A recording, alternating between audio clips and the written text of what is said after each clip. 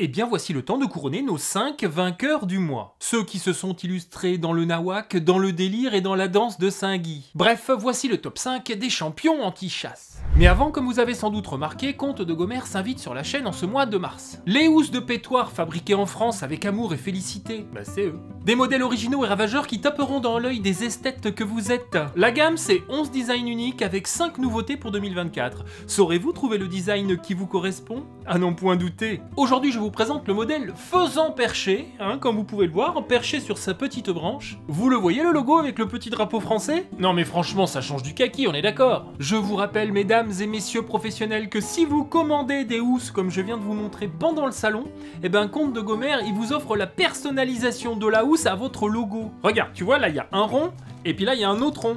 Eh ben il y en a un pour ta marque. Rendez-vous donc sur le stand A50 de Comte de Gomère au salon de la chasse et de la faune sauvage qui se passe aujourd'hui pour vous si vous regardez à la sortie de cette vidéo du vendredi 22 au 25 mars. Je me suis laissé dire qu'ils avaient 2-3 quilles au frais, si vous voulez des renseignements vous serez comme un coq en pâte. Comtedegomère.com.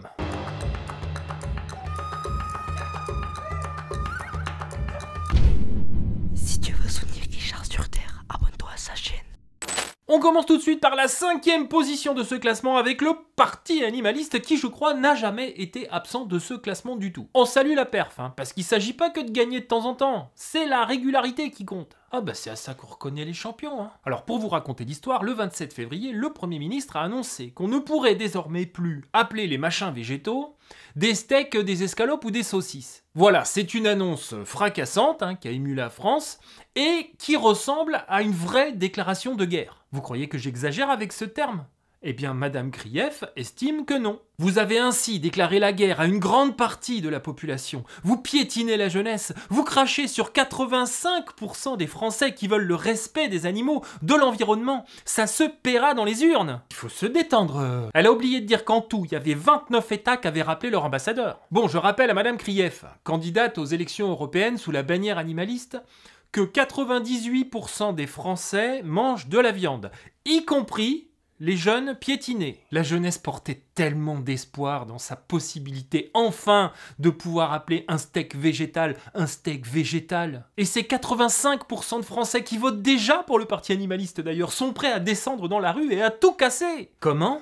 Cette saucisse végétale ne s'appellera plus saucisse, mais spécialité végétale de forme oblongue? Moi qui m'apprêtais à voter pour un parti qui me garantirait une augmentation de mon pouvoir d'achat, je crois bien que je vais mettre un bulletin Parti Animaliste dans l'urne. Non, un petit bonhomme, semblait-il dire, tout en mettant des blancs de poulet origine garantie Thaïlande dans son caddie. Bon, ça va se payer dans les urnes, j'imagine déjà tous les grands partis en train de convoquer des réunions extraordinaires pour essayer de faire face à ce qui ressemble à une nouvelle façon de faire de la politique. Enfin, je sais pas comment on va faire à partir de dorénavant. La France ne sera plus jamais la même. Et sinon, bon, si on arrête un peu de faire le con, les urnes, c'est toute l'année et ça s'appelle des caddies. Les gens y votent tous les jours pour la viande. Et massivement. Non mais en vrai, le Parti Animaliste, moi je veux pas vous couper dans vos trucs, tu vois, je suis pas méchant comme ça, mais j'ai bien peur que les Français, ils s'en tamponnent quand même sévère. En 4e position, c'est une récompense partagée entre plusieurs antispécistes. Alors oui, bon, c'est vrai, sur cette chaîne, on ne traite jamais du militant lambda parce que c'est toujours un peu trop facile de trouver des abrutis. Big up d'ailleurs à Pierre Rigaud qui s'en est fait une spécialité. Mais comme on est là pour s'amuser un peu, je voulais vous partager cette brochette végétale. Alors je sais pas si vous avez suivi, mais il y a eu une histoire autour d'un chien qui prenait la place des voyageurs dans un train. Ça a fait polémique, oui, nous sommes un pays riche, nous avons donc des polémiques de riches. Bah quand on est à discuter de ça sur les plateaux télé, c'est globalement ça va, Et c'est Patrick Cohen, le journaliste de C'est à vous, qui a mis le feu aux poutres. Je dis simplement que quand il y a un problème avec une intolérance ou une incompatibilité de présence, eh ben la priorité elle va aux humains plutôt qu'aux chiens. Enfer et fulmination, que n'a-t-il pas éructé? Katia nous interpelle. C'est un peu comme dire que les hommes sont supérieurs aux femmes et que les adultes le sont aux enfants, etc., etc. Ou quoi que ce soit. Oui, c'est un petit peu pareil, Katia, bien vu. Lilou nous expose. Sale con, c'est un point de vue. Charles est plus prolixe, rien à voir avec les croquettes. En vertu de quelle misérable certitude les hommes doivent-ils passer avant les chiens? Pauvre type, tu viens de nous révéler ta vraie nature. Ça fait peur, Moi, en tout cas, ça me fait peur. Arrête. Et enfin, Léna. Pas près d'être végane, Patrick. Les animaux sentients sont au même niveau que l'animal humain. Alors des fois, cognitivement, c'est pas faux, Léna. Alors on est d'accord que tout ça vient d'une polémique pour essayer de savoir si Dans un train, un chien devait laisser ou pas sa place à un voyageur. L'antispécisme, cet avenir radieux. En 3e position, on retrouve Aymeric Caron qui dézingue le parti animaliste. Acte 1. Ah bon?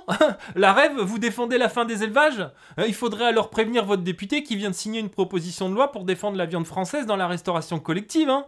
L'hôtel. Alors c'est l'occasion de montrer aussi la volonté finale du parti animaliste, hein. Quoi qu'ils puissent vous raconter leurs petites mesurettes à 2 balles, ils veulent la fin de l'élevage, la fin de tous les élevages. Tout comme la révolution écologique pour le vivant, le parti du mélanchoniste Aymeric Caron. Qui on comprendra est pas super content. Que ce tweet est minable, parti animaliste. Il démontre d'une part que votre haine de la rêve est en contradiction totale avec votre prétendu souci des animaux, et d'autre part que vous ne connaissez strictement rien à la politique au point d'être complètement contre-productif. Alors, ils sont 2 partis antispécistes dans ce pays qui se partagent environ 19 électeurs.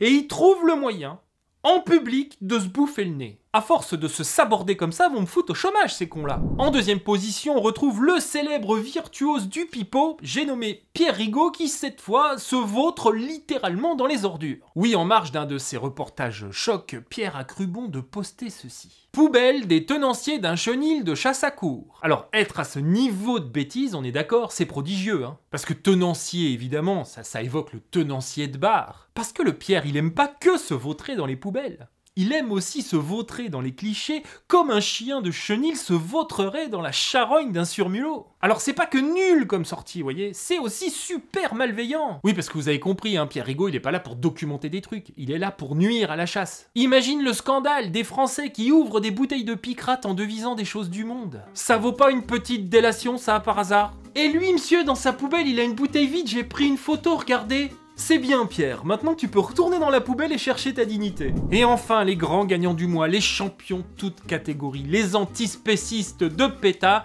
qui sont partis en guerre contre les manèges. Les manèges, je vous le donne, Émile, en forme d'animaux. Parce que c'est, je cite, une célébration involontaire de l'exploitation des êtres sensibles qui méritent un traitement plus respectueux. On leur a dit pourtant que c'était des animaux en bois, mais ils ont rien voulu savoir, ils sont colères comme tout. Ils disent que ça habitue les enfants à monter sur des animaux. Du coup, ils disent pourquoi pas utiliser des fusées par exemple. Mais le problème, moi j'ai une copine, elle a dit ouais mais le problème c'est que la conquête spatiale, c'est pas très éco-friendly. Alors vous voyez, c'est un peu le bordel, l'industrie du manège quand même. Alors moi, pour illustrer tout ce merdier sur Chasse éternelle, j'avais demandé à l'intelligence artificielle de me créer une image de manège à courgettes. Et figurez-vous que mon article s'est retrouvé chez Cyril Hanouna. Je te dis pas la panique. Dans l'émission la plus cérébrale du PAF. Moi j'étais anxieux, je me suis dit les gars ils vont m'appeler, je vais pas savoir quoi dire, c'est trop pointu leur machin, tu vois. Ah bah ça aurait été une consécration, une célébration même. Ah bah moi après un truc comme ça je prends ma retraite, hein, CH si tu nous regardes. De la confiture à des cochons, ouais. Bref, en tout cas sachez que moi j'y suis pour rien, m'engueulez pas. Ah, l'antispécisme a encore et toujours les meilleurs distributeurs de débilité dont il est si facile de se délecter. Voilà, j'espère que cet épisode vous aura plu, n'oubliez pas de vous abonner, de liker, de partager. Je vous fais des bisous et puis je vous dis à bientôt sur Terre ou ailleurs.